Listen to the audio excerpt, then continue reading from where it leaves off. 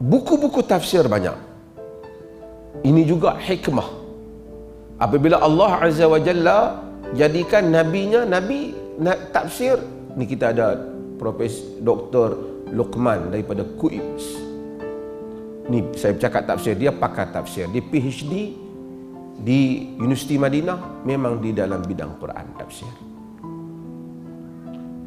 Ayat-ayat yang Nabi tafsir mungkin tidak lebih daripada 350. Betul, doktor? Yang diriwayatkan daripada Nabi itu pun bercampur, yang merupakan tafsir Nabi secara qaul. Secara amali cerita lain. Secara qaul ni Nabi tafsir tak banyak. 300 lebih mungkin kalau kita nak impun riwayat. Itu pun mungkin bila kita tapis dan seumpamanya mungkin tidak banyak lagi yang tinggal yang sabit daripada Nabi sallallahu alaihi wasallam. Kalau Nabi tafsir semua Al-Quran, tak ada ulama tafsir boleh tulis kitab tafsir lah.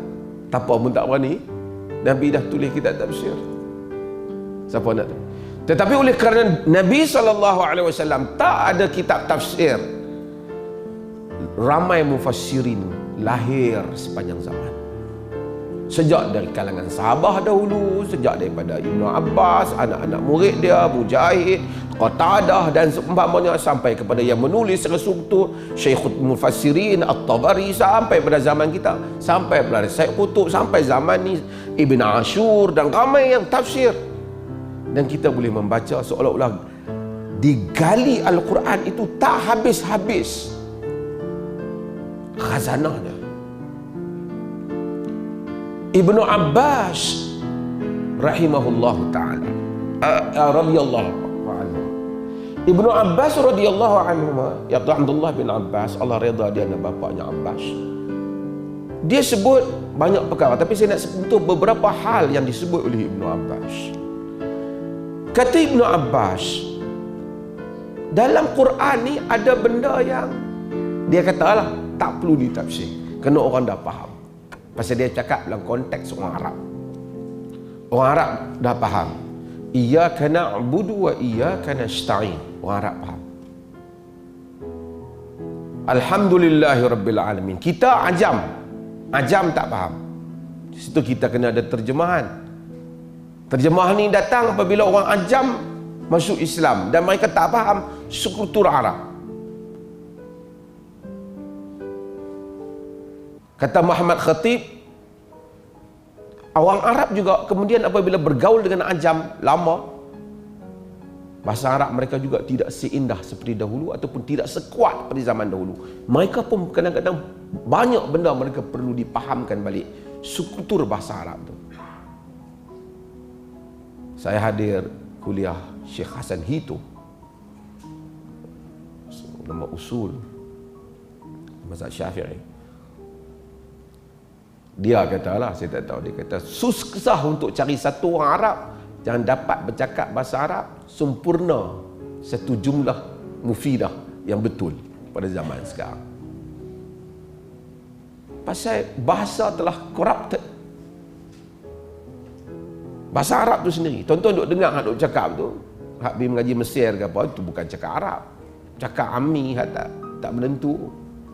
Dia orang Melayu pun pergi situ bukan boleh cakap Arab, dah balik habaq ana kuis awi hak tu ya dia boleh.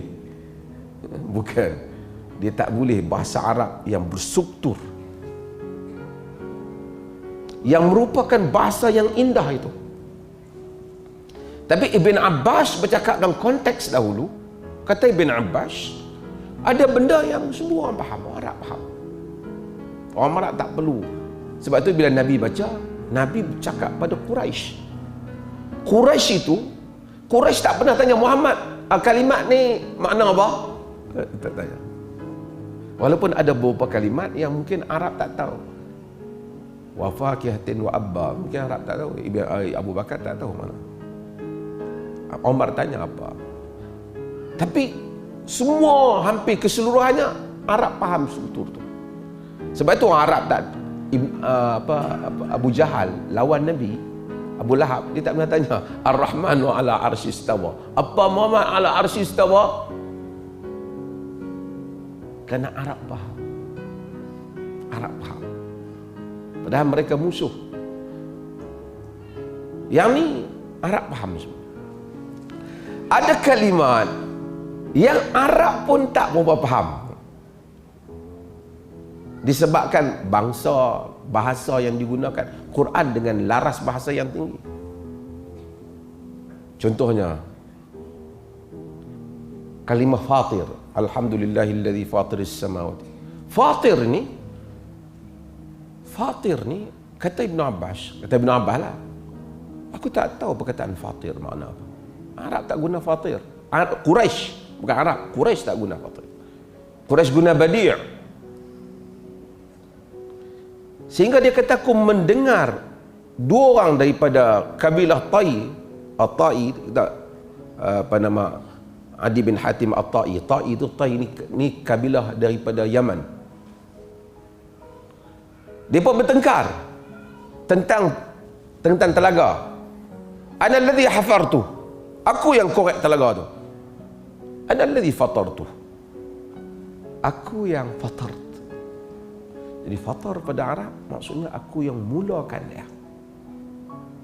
Oh, Yaman guna, Quraisy baru Ibn Abbas tangkap mana fatir di situ.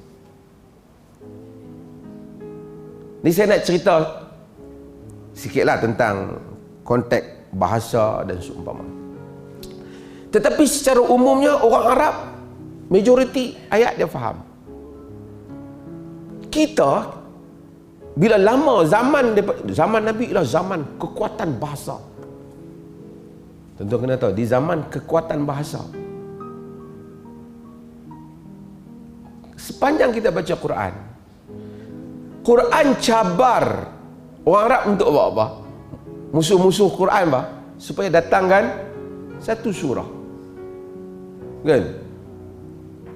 Wa in kuntum fi raibin mimma nazzalna ala abdina fa'tu bi suratin min misli wad'u syuhada'akum min dunillah in kuntum sadiqin fa in lam taf'alu walan taf'alu. Jika kamu ragu apa yang kami turunkan kepada hamba kami, fa'tu bi suratin min misli. Wa mari satu surah yang macam tu. Tuan-tuan tengok Quraisy buat macam-macam. Quraisy perang dengan Nabi, merancang, berpakat, cari ahli kitab. Semua Quraisy buat. Tapi sebenarnya ada satu benda yang Quraisy boleh buat, tak susah. Buat satu surah ya. Bila Quraisy kalau berjaya buat satu surah, berarti dia telah challenge Nabi. Satu surah kalau ikut kau surah paling pendek, surah apa? Inna a'tainakal kautsar. Quraisy buat yang tu je lah. Buat apa nak tumpah darah, perang, kena pergi pakat, hantar wakil pergi jumpa Najasyi, pergi pakat dengan Quraisy. Payah punya cerita. Macam kita lah kanan. Orang petikai kita satu bab. Misalnya, orang tuduh kita buat satu kesalahan. Kita nak patah balik hujah dia, kita buktikan bahawa kita tak buat yang tu. Tapi kita pergi jalan salah. Kita kata, hang nak tuduh aku, pok hang dulu pun teruk. Hang nak tuduh aku dulu, bini hang pun teruk. Payah. Itu tidak menafikan apa yang dia tuduh kita. Kita duk pergi kait dia lah, duk pergi kait kawan dia lah. Buat apa? Dia challenge, Quran challenge, datangkan satu surah. Tak payah hampa kalut nak pergi perang bawa senjata. Lambat nak lawan Muhammad. Artinya apa, nak bunuh dia? Kalau hampa dapat datangkan, kalau kamu dapat datangkan satu surah, challenge accepted. Challenge telah diterima. Ini yang Quraisy tak boleh buat. Fa illam taf'alu walan taf'alu. Jika kamu tak boleh, kamu tak buat, dan sememangnya kamu tak akan boleh buat.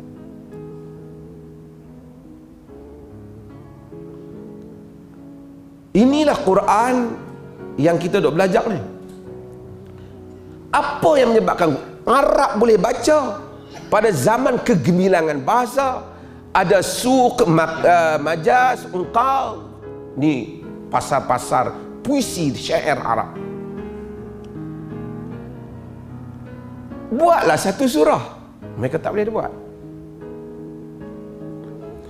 Sebab tu bila kita baca tafsir, kita akan sentiasa melihat keagungan mukjizat Nabi sallallahu alaihi wasallam.